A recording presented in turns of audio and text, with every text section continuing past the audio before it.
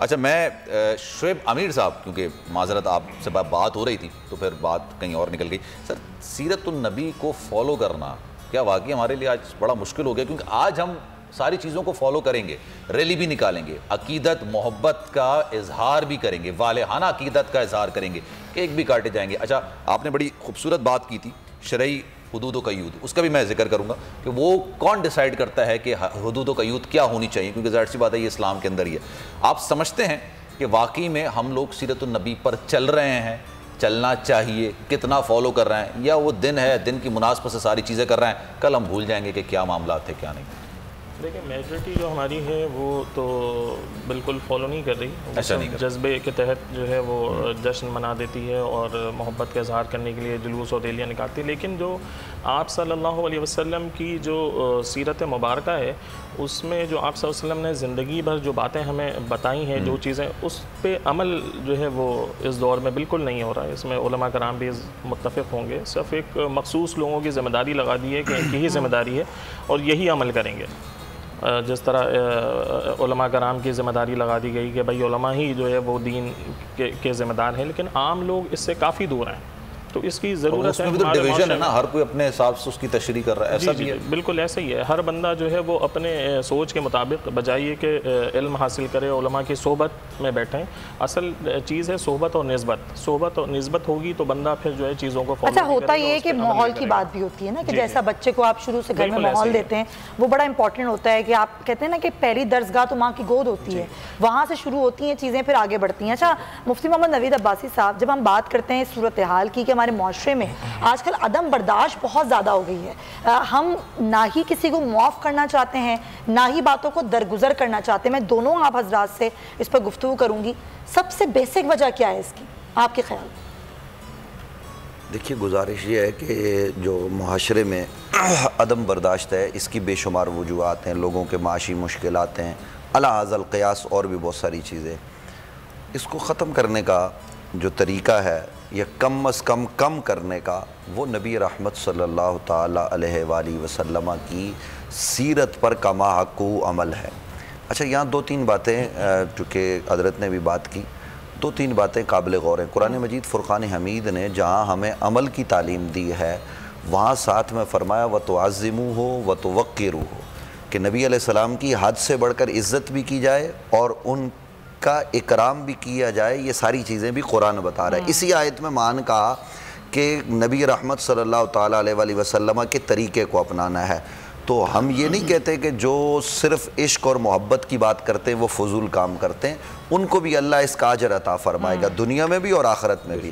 اور جو عشق و محبت کی بات کرتے ہیں وہ پھر یقیناً عمل کی طرف بھی آگے بڑھتے ہیں. تو عدم برداشت جو معاشرے میں ہے وہ یہ ہے کہ آپ دیکھیے کہ ہم نبی علیہ السلام کی سیرت کو پڑھیں. حضور انور صلی اللہ علیہ وسلم نے بتایا ہے کہ جب آپ کو غصہ آئے تو آپ وضو کر لو. کیا ہم میں سے کوئی یہ کام کرتا ہے؟ حضور انور صلی اللہ علیہ وسلم نے فرمایا کہ جب آپ کھڑے ہوں تو بیٹھ جائیں. یہ تمام تر طریقے نبی علیہ السلام نے ہمیں بتایا. اور یہاں میں ناظرین کی خدمت میں ایک بات عرض کرنا چاہتا ہوں کہ اگر آپ معاشرے سے یہ عدم برداشت کو ختم کر کے برداشت، صبر، تحمل یہ چیزیں لانا چاہتے ہیں تو اس کے لیے کام کریں. میں نبی علیہ السلام کی آیات سے ایک واقعہ ایک حدیث کی صورت میں عرض کرنا چاہتا ہوں کہ ایک مہمان آیا حضور کی بارگاہ میں. اور ناظرین یہ توجہ سے سنیے گا، ہر آدمی غور سے سنے. نبی علیہ السلام کی بارگاہ میں مہمان آیا. حضور علیہ السلام نے اس مہمان کی عزت کی. وہ غیر مسلم تھا اور اس نے کہا میرے پاس رہنے کو جگہ نہیں. حضور نے خود اس کو کھانا کھلایا. سب کچھ کرنے کے بعد مسجد نبوی کے ساتھ ایک مخصوص جگہ تھی مہمان کے لیے جہاں وہ قیام کرتے، وہاں رات کو وہ رکا. لیکن وہ نیت اس کی بری تھی. وہ رات کے آخری پیر اٹھا اور اس نے مسجد نبوی میں پیشاب کر دیا. معاذ اللہ، یہ کتنی بڑی مطلب ایک وہ بات ہے. اب وہ یہ کر کے اپنا تو وہ بھاگ گیا، یعنی جلدی جلدی نکل کے چلا گیا. اسی اثناء میں نبی علیہ السلام تہجد کی نماز کے لیے تشریف لے آئے. جب آقا کریم صلی اللہ تعالیٰ علیہ وآلہ وسلم وہاں پہنچے تو نبی علیہ السلام نے وہ دیکھا تو آپ نے کسی خادم، کسی غلام کو نہیں بلایا. ان کے ایک اشارے پر لوگ اپنا تن من دھن سب کچھ قربان کرنا سعادت جانتے. حکم ملتے ہی سب کچھ لٹا دیتے، لیکن وہاں کسی کو بلایا نہیں. حضور نے اپنے ہاتھوں سے صفائی کی اور صفائی کرنے کے بعد نبی رحمت صلی اللہ علیہ وسلم اس آدمی کی طرف گئے کہ دیکھوں وہ ہے یا نہیں. تو وہ وہاں نہیں تھا. اس کی تلوار پڑی ہوئی تھی تو آپ نے وہ تلوار اٹھائی. اسی اثناء میں وہ واپس آ چکا تھا اور وہ یہ سارا منظر دیکھ رہا تھا.